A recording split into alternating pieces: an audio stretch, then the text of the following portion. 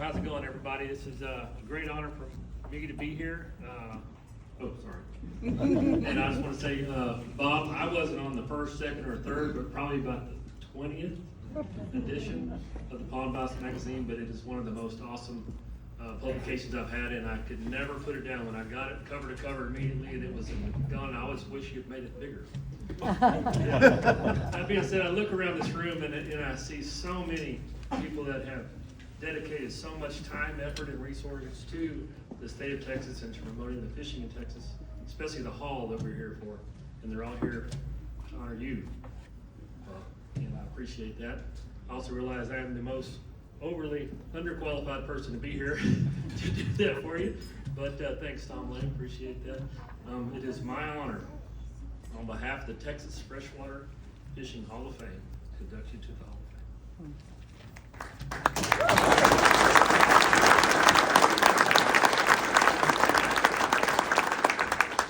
And to help me do that, there's quite a few Hall of Fame members here tonight. So as I call your name, please come up here to be recognized. First is Mr. Jason Stovall, representing the Sabine River Authority.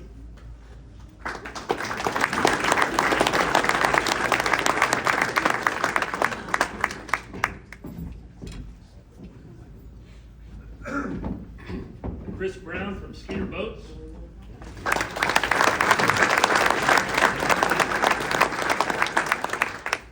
In here tonight, I guess. So, Mr. Phil Durocher.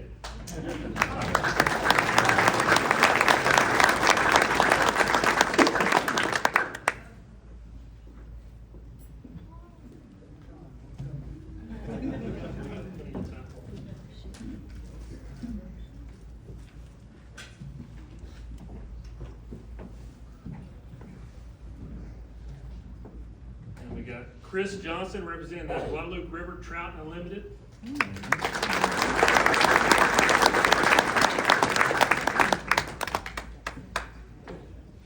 Dan Kessler, representing the Texas State Bass Tournament.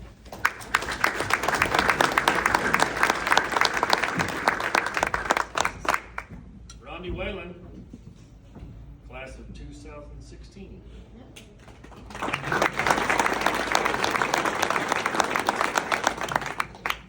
Terry Long, representing the Lake Fork Sportsmen's Association.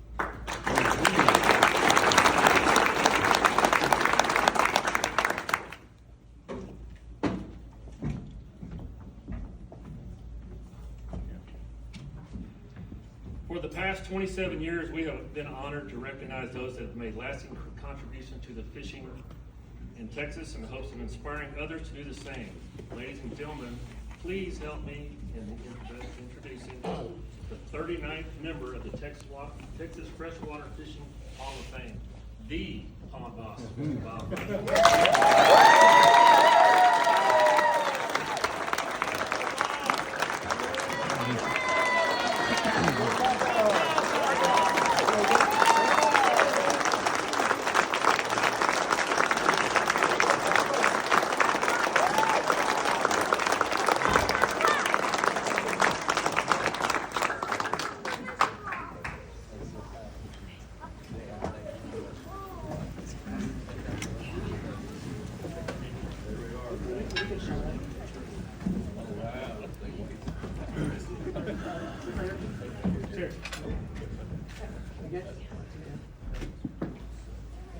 Wow. Let's do one more.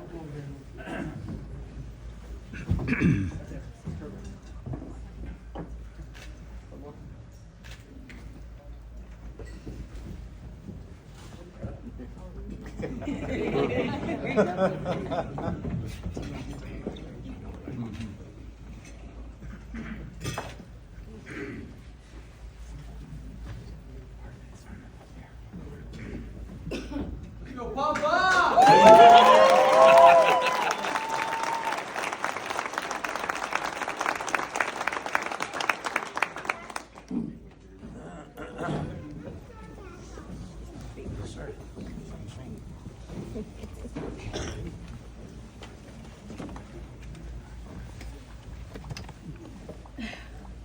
Wow. You know, my parents bought a place on the Brazos River in 1969. I was 14 years old. We went there every weekend, and I could not wait to get the groceries unloaded and go get in the river. And I knew when I was 14 years old, turning over rocks, gigging fish. Did he really do that? Yes, he did. And watching how the fish acted and how they behaved, I was fascinated with it. And I just somewhere down inside, I knew I wanted to make a living messing with fish. I did. I didn't know what it meant. I mean, I didn't even know what pajamas I was going to wear the next night at 14.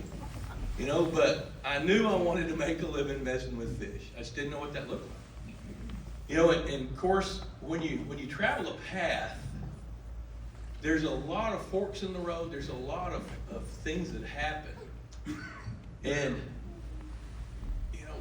when you get an award like this, when Billy Higginbotham called me in February, and I saw Billy call, I wonder what Billy got. And he says, he was really fired. He was fired up.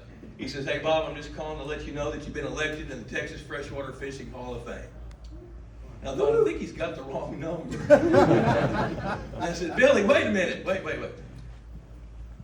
Everybody on the planet can outfish me." He said, "That's probably true. But where do most people catch their first fish?" And I said, "In a pond." He said, "There you go."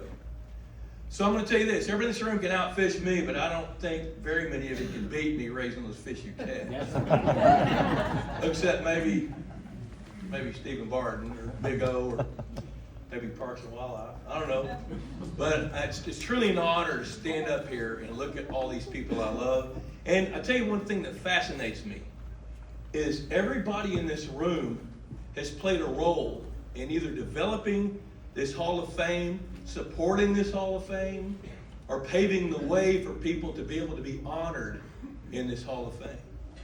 And I look at back, how did I get here? And I've thought about it a lot. That river place started it. And that's what happened then was I knew there was a fire inside. I didn't know what the fire was. I just knew I wanted to mess with fish. So what I do, I went to graduated from Richland High School in Fort Worth in 1973. And then immediately went to college and got a degree in real estate. Because that's what my mother and my grandfather did. My grandmother and I just watched my tongue, can't do much with it, man. My father and my grandmother did. And so I was a real estate salesman at 18, and I was a broker at 19. Now raise your hand if you'd buy a house from a 19-year-old broker. Oh, no hands up. Well, it struck me that wasn't going to work. And so I decided I really wanted to go do this. So I transferred to Texas A&M, and there you go. And guess how many credits from an associate's degree in real estate transfer into fisheries? 9 hours. So when I got down there, my advisor, Dr. Richard Noble, I didn't know it then, but he was one of the nation's leading authorities on largemouth bass. He was my advisor, and I went in to sit down with him, and he looked at my transcript, and he said, "You want to study fisheries?" And I said, "Yes, sir. That's what I want to do." He said, "Now you realize that not much of this is going to transfer." He said, "Is that a wedding ring on your finger?" And I said, "Yes, sir. I'm married and have a little boy." He said, "Okay, here's my advice. Change majors. Go to Parks and Rec. You can get out in 2.5 years. Go get a good job." He said, "Because at this point, there's only 2 jobs you can get in fisheries. One's with the Texas Parks and Wildlife Department, and all their middle management is about 5 years older than you. So you won't have much hope of advancement. The other's to be on a seining crew in the Mississippi Delta in a culture you won't understand." I thought, I don't think I want to do either one of those. So he said, "So my advice is to change your major." Well, I was sorely disappointed. So I went home that night. I'd been in College Station every bit of 2 weeks and settled in, and then I started getting a little mad about it. So I thought about it, and I thought, you know what? That's not what I'm going to do. So I called over there and talked to Lee Bartlett real well. Todd, remember Lee? And she made an appointment with me for Dr. Noble. So So I went back there the next day and went into his office, and he said, "Did you think about what I said?" And I said, "Yes, sir, I did." He says, "Do you want to make a change?" I said, "Yes, I do." He says, "What do you want to do?" I said, "I want to change advisor." And he did exactly what you did. He just started laughing about that, and he assigned me to Dr. Bill Neal in his first year. Remember Dr. Neal, right? He just retired not long ago. So along this path, you know, one thing I did was I talked about 15 different people and said, you know what? I got to give a speech. And let's say you come and you get to listen to it, and it lasts about 20 minutes, and when you leave, you say, you know what, that was worth it. What did I say? And there were three things, really. They want to be inspired, entertained, and hear a couple of stories. So, we'll see how that goes. I got to tell you, I want to recognize my wife, Debbie. She has been instrumental in, I'm going to doll this up a little bit, encouraging me to be better. And for the last 20 plus years that we've been together, she wouldn't have it any other way. She has, one of my favorite quotes Debbie has is, she told me this a few years ago. She said, "Lusk, I'd really like to lower my expectations. I just don't know how." And that kind of resonated with me because that made me think, you know what? I gotta keep stepping up and firing up. And along the way, first thing I did after college was I leased a fish farm in 1980. Who remembers what the prime interest rate was in 1980? Yeah, 18, 19. And it was still the hottest summer on record, trying to grow fish in hot tub water in Wichita County, Texas. I was destined to fail. I just didn't know how long it would take. Well, I didn't think I would, but sure enough. But I'll tell you something really important that happened in 1980. The state of Texas stopped giving away free fish to stock ponds and lakes. 1980. Well, in 1981, Soil Conservation Service biologist Gary Valentine saw a need, and what he did was he contacted several of us around the state that could supply fish. He started a pond stocking program through the local soil and water conservation districts. So Gary's the first guy that kind of introduced me to the opportunity to be able to start stocking and managing stocking ponds and lakes. And I want you to do me a big favor. He's here. Gary Valentine, take a bow, would you? Because you played a great role.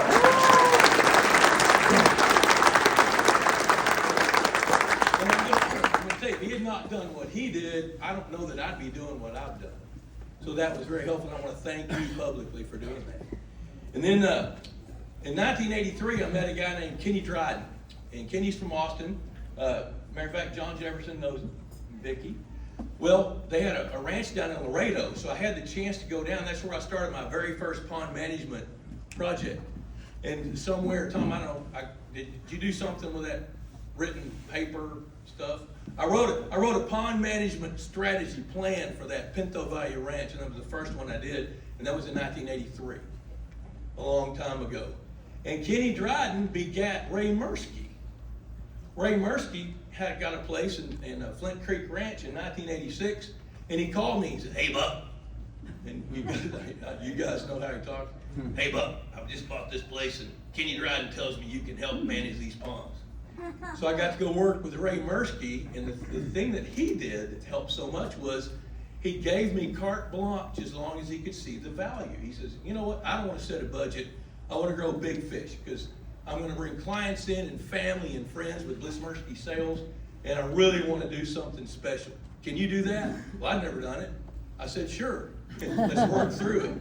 And being able to work with guys like Ray Mursky to where they rubbed off on me, you know, and over the years, I didn't see it then, but looking in the rear view mirrors, it's just very clear to me.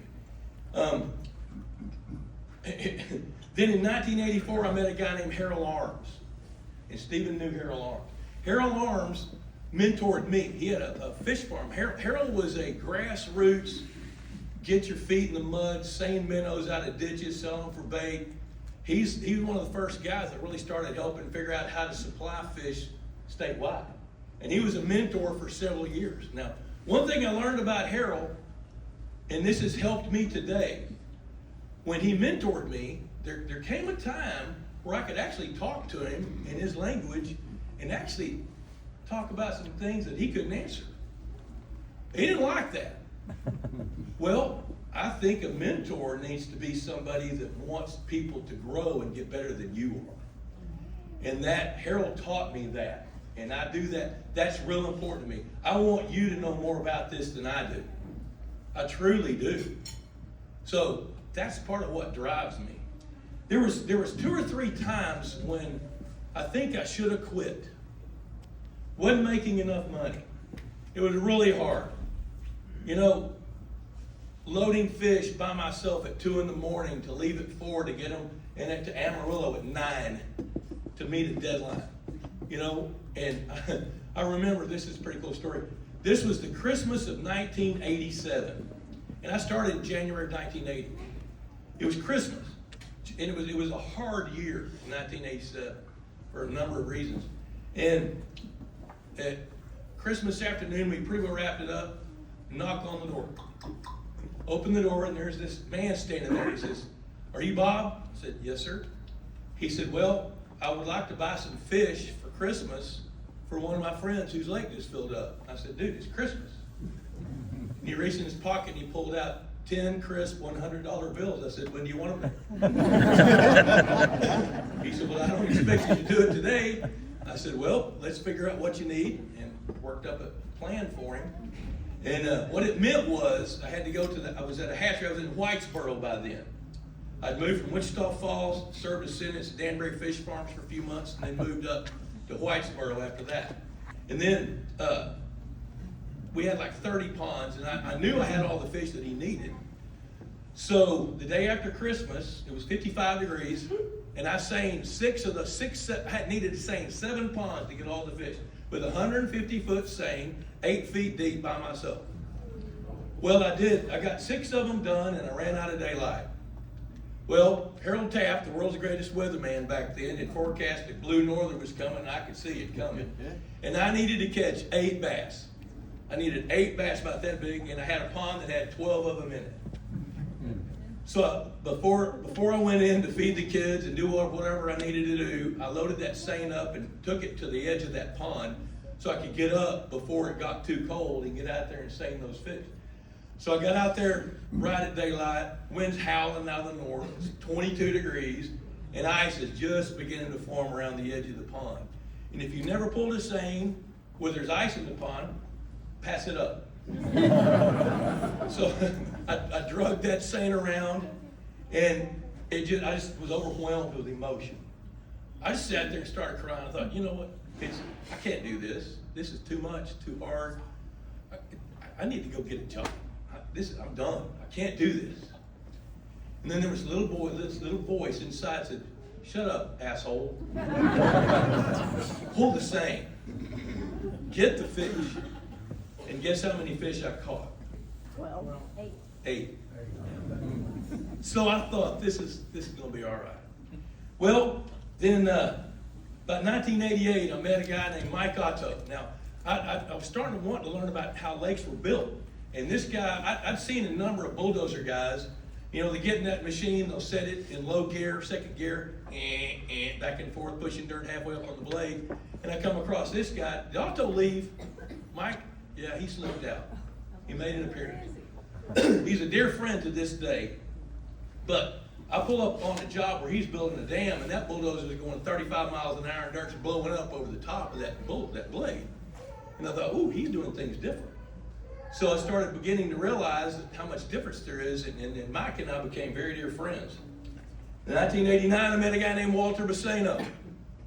Walter was a member of a club up in Lamar County, and we just hit it off, and to this day, we're still very dear friends. And one of the things I appreciate about Walter is he's a true Southern gentleman, and he loves everybody, and everybody loves Walter. You know, and he's played a role. Now, something happened in 1989. I'd gotten a call from a regionally famous heart surgeon from Fort Worth, and I'd seen him on TV.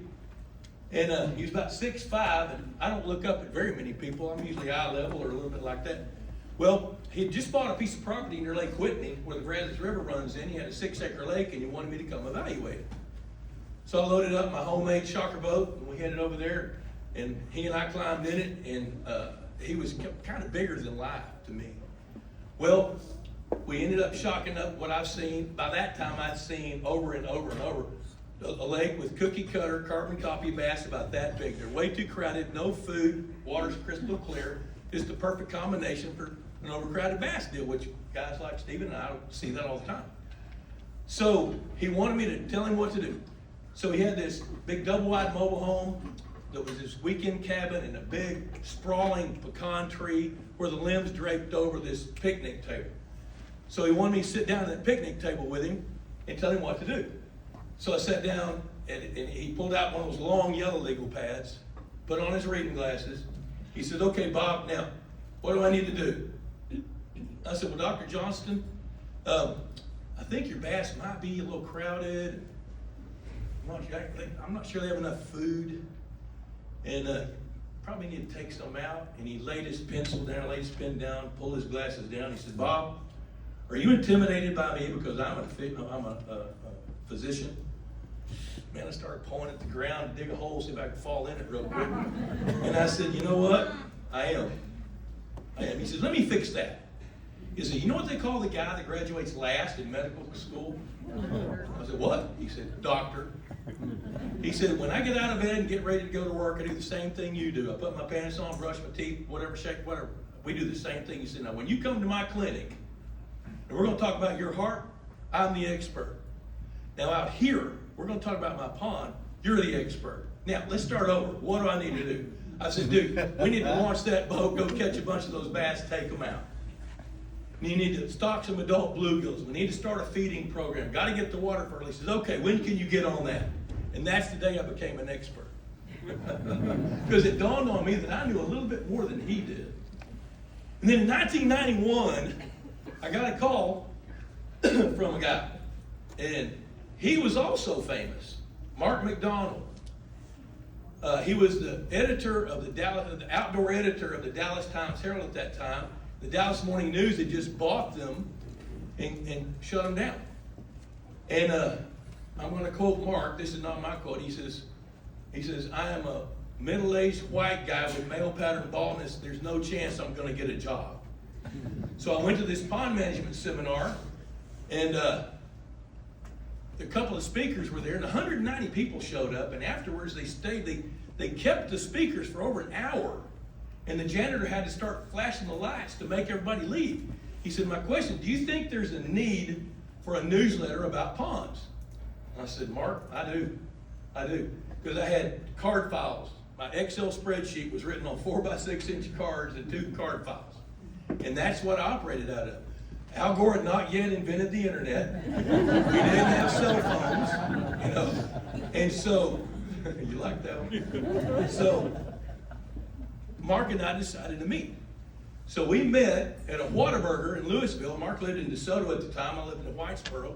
And we sat down and we met at 10 o'clock at that Whataburger in the morning, and we stayed till 7. It's the only time I've ever had Whataburger twice in the same day and never left. But when we left that meeting that day, we knew there was a need for a newsletter. Didn't have a name, but we came to 2 conclusions. We were not going to help solve world hunger. There's nothing we could do that would lead to peace in the Middle East. So let's have fun. There's enough fishing magazines. Let's start a newsletter. So Mark McDonald started Pond Boss. And Mark McDonald's here today. Mark, would you stand up and thank you?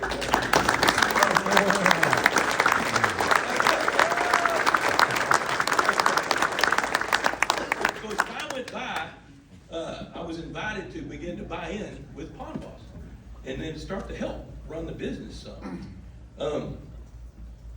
And I guess the first issue of Pond Boss came out in July of 1992. And all the while I'm scratching out a living managing lakes and ponds and meeting very cool people. And the people that I met were always successful enough to be able to afford to own land and have a pond. And so some of that started rubbing off on me. And what I began to notice, here's how I want to inspire everybody if I can. We all tend to live in a box. And if you think about our medical industry now, everybody's in a silo. My primary care physician has no idea what my cardiologist is doing, and neither one of them knows what my dermatologist is doing. They all live in their own silos, and we have a tendency to do that. By being able to work with highly successful people, not one of them did what everybody else was doing. So when they would call me, they would challenge me to help them figure out something that nobody else has done, and let's climb out of that box. So that forced me as a biologist to identify the box. So everywhere I go, I want to see what's the box. What's your box? I'm going to ask you, what's your box? Can you get out of it? Should you? You know? And what's really, really fun to me is to be able to do that. Like, for example, I got to work on a project in upstate New York. And the goal, I thought the main goal, I'm going to tell you this is pretty cool. I thought the main goal was they wanted to grow bass above 8 pounds in upstate New York. The biggest they could get was 6 3/4. I knew we could grow bass above 8 pounds. So I called as many local biologists, professors, fish hatchery people in, had a meeting, said, why can't we grow bass to 8 pounds? Every one of them said you can't do it. I said, okay, why not? Well, the growing season's too short. The genetics won't work. Can't get enough food. So okay, there's the box. Well, Charlie Inman grew 10-pound plus bass with native strain species in Lake Merville. So I knew that was a flawed piece of the box. And so I was struggling with that growing season because they have this thing in upstate New York that they call winter, you know? And so I got to learn a little bit about wine there, which I didn't know anything. I know a lot more now. So I got to sit down. I was invited to a wine tasting. So I did the wine tasting, and the winery owner owned the vineyard. He made the comments. He made several comments. He says, you know, I moved here from Napa, and his vineyard is on Cayuga Lake, which is about 400 feet deep, and he's about 60 vertical feet above Cayuga Lake. And he bought it because of the microclimate that's influenced by Cayuga Lake, one of the Finger Lakes. And so he said, my grapes bloomed late, way later than they do in Napa, but they grew really fast. And they ripened way too fast. So I was a little bit worried about that. He said, I checked the bricks, I checked the sugar content, the acidity, the amount of juice. And I called my mentor in Napa and said, here's what's going on. She said, well, you need to harvest your grapes. They're ready. He said, well, I'm having a hard time wrapping my brain around this. She says, you know what? Out here in Napa, we've got 125 perfect grape growing days spread out over a 300-day season. She said, there, you got 125 perfect days in a row.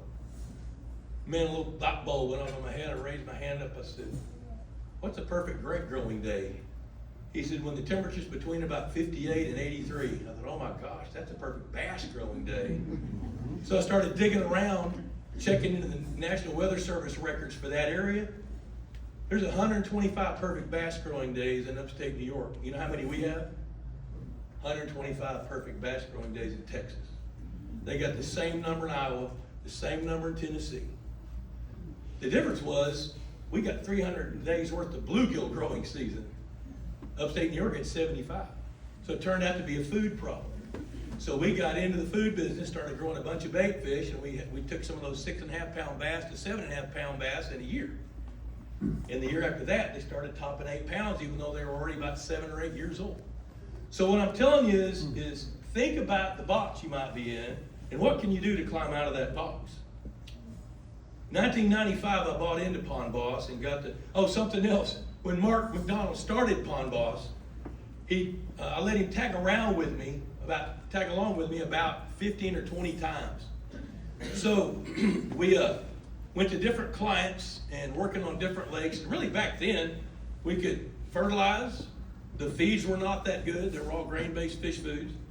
We could treat aquatic plants, we could stock fish, and we could electrofish. That was it. There's way more you can do now to improve a lake. So after about 3 or 4 weeks of tagging along with me, Mark said, you know what? You need to write a book. And I said, I'm not a writer. He said, no, but you're a storyteller.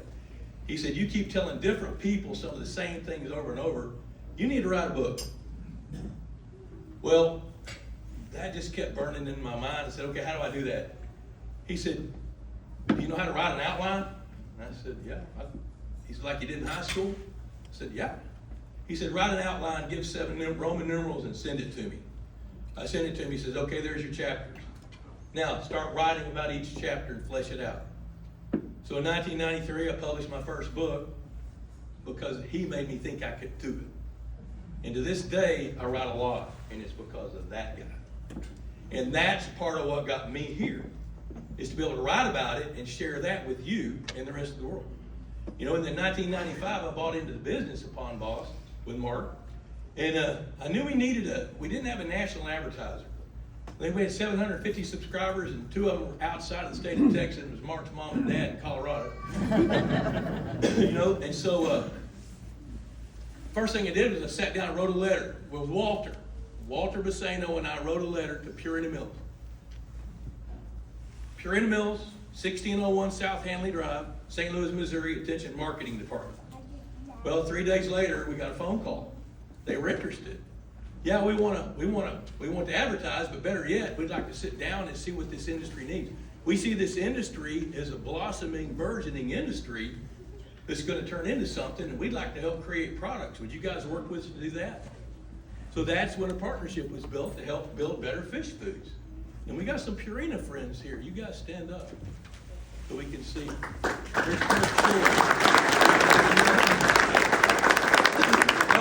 guys have been instrumental in helping develop feeds so you guys can grow giant 2-pound bluegills.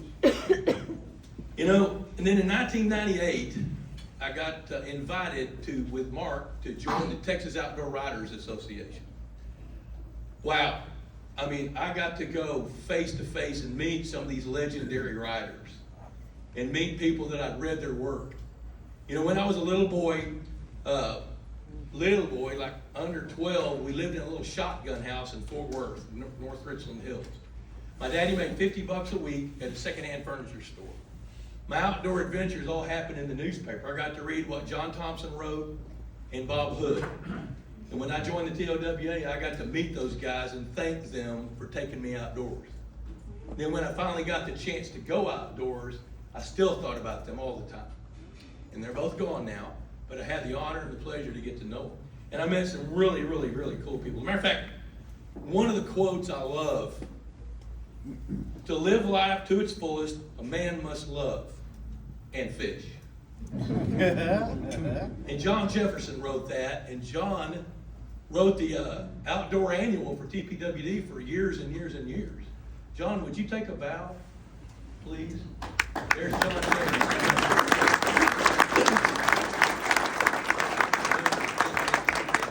He's influenced me. So all these people, what I'm telling you is when you're influenced by people like this and successful people, and you can absorb that, then you're gonna get somewhere. And that's what's happened to me. And yeah, I want to speak metaphorically for a few minutes. You know, I really wanted to start this off by asking if there were any pond questions, because I'm real comfortable with that. Anybody got a pond? Need fish to grow? You know, help me. You know, but over the years, I'd like to take credit for developing this, which I didn't, but I figured it out, which gave me a head start. There's 5 things we look at when we manage lakes and ponds. Number 1's water. I call it happy water. If the water's not happy, nothing else makes any difference. Nothing. So I want to use that metaphorically. Do you have happy water? Do you? Is your water happy? The second part's habitat. As goes the habitat, so goes what lives in it. The fish are a consequence of happy water and habitat, and the other things I'm going to tell you about. I think we're kind of a consequence of what we are and who we are and what we do and what we listen to. Now, all the time, this fire is burning inside of me, and I can't do anything about it. You know? And the few times that I really probably should have quit, I couldn't, because that fire won't go out. And if you've got a fire, fuel it. Fuel it. If you've got a passion, act on it. Turn it into something. In that video, when I said I've never had a job, I haven't. I took a job a couple times, and it told me what I really needed to be doing. It needed to be doing what I did and what I do. You know, the third part is the food chain. If you're hungry, you're not going to grow. Now think about that metaphorically. Are you hungry? I'm not really talking about food. Are you hungry in your heart? You have that fire, you don't know how to fuel it? Fuel your food chain. What is it? The fourth piece is genetics.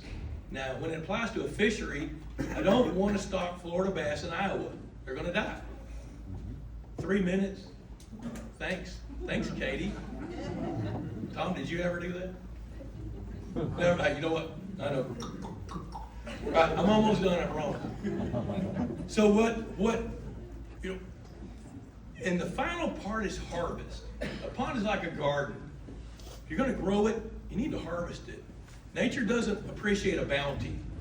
Ask everybody that, how many calls do you guys get with fish kills? Because somebody didn't have happy water and they didn't harvest their fish. What do you harvest? What are you harvesting? It took me a long time to finally begin to figure out that my fire was fueled by my faith. That's where it's from. And so if I want to feed that fire, I got to dig a little deeper. And like Tim Birdsong said in his prayer, you know, I have no doubt God has willed me to do what I do. And this is just a super reward to keep me looking for Him and figure out what's the harvest. You know, I'm gonna finish with a little story. No, you know what? I got one other thing I want to say. One of the super folks that influenced me was Dr. David Willis. And Dr. Willis is on that magazine cover right there. Dr. Willis and I became very good friends. But let me tell you what Dave Willis did for Bob Lusk. Dave started building bridges between academia and the private sector. Before that, academia sat here, the private sector sat here, and agencies sat there. And they all looked at each other from arm's length away. And what Dave Willis did was he started building bridges. Who in the world would have ever thought that Bob Lusk or Mike Utto would write a chapter in a textbook published by the American Fisheries Society? We did. It was because Dave Willis and Dr. Wes Neal. We got to do that. And I tell you something that's real important. I feel a movement happening. Oh, that didn't come out. Let me back that truck up a little bit. I can sense something happening. Debbie's shaking her head at me. I didn't mean to do that. So I can sense something going on out here. Academia is embracing the private sector, agencies. I'm so proud. I sit on the External Advisory Committee for the Range, Wildlife, and Fisheries Management Department at Texas A&M. They revamped that. I am so happy about what they're doing to create curricula where students can finish on a faster track, but they also have to do an internship to graduate. So they got to go do some hands-on work to be able to get that diploma. And on that External Advisory Committee, they listen to us, and they take what we say and they act on it. You know? And there's agency personnel, there's private sector people, and academia people on that External Advisory Committee. And so this is a good chance to recognize Dr. Lopez, who's the department head of Range, Wildlife, and Fisheries Sciences, and then he's got Todd Sink and Brittany Chesser with him. And those are three stalwarts of that department. When I said I sense a movement, there's a very quiet movement going on that's gaining momentum. And I want you to be excited and optimistic about that. It's real easy to see that we're on the cusp of a nuclear war, that we've got two factions, that our country's divided, but I'm telling you, underlying all that, there's a movement going on that's going to, at some point, reach the momentum point to the tipping point, that's going to have an influence on what we do. And I'm real happy about that. I want to wrap it up. I'm going to do the best I can to tell this story, but I'd made up my mind I wanted to go to Texas A&M. I wanted to learn about fish. And I was 20 years old at that time. And my dad and I didn't see eye to eye very well. We didn't get along too good. And this story may resonate with a bunch of guys here. And he wouldn't listen to me. I didn't want to listen to him. He demanded respect. I thought it needed to be earned. Well, after raising a bunch of kids, I think you got to demand it some. You know, and so he and I didn't see eye to eye. And I remember one weekend we were at our river place picking up pecans, and Ronnie, my brother, and my two sisters are here too, along with all 13 of my grandkids and all my kids. So if you're wondering why all these tables are full, here they are. Right here. Well, so we were picking up pecans because that's how we made our Christmas money. We'd pick up pecans, put 2 pounds in a bag, go knock on doors, and we'd sell them for 79 cents a pound or whatever. Make 50 or 60 bucks. That was Christmas money. Well, this one particular Saturday, I was on my hands and knees picking up pecans. Ronnie was up in the tree thrashing them with a big cane pole that Daddy bought at a bait store in Benbrook. You know, and I'd skinny up there sometimes, and we'd rake the leaves out, pick up those little native pecans. Well, I started getting a little pissy because I didn't want to do it. And I started complaining. I started whining to my dad. Why isn't Leanne down here picking up pecans? And he didn't say a word.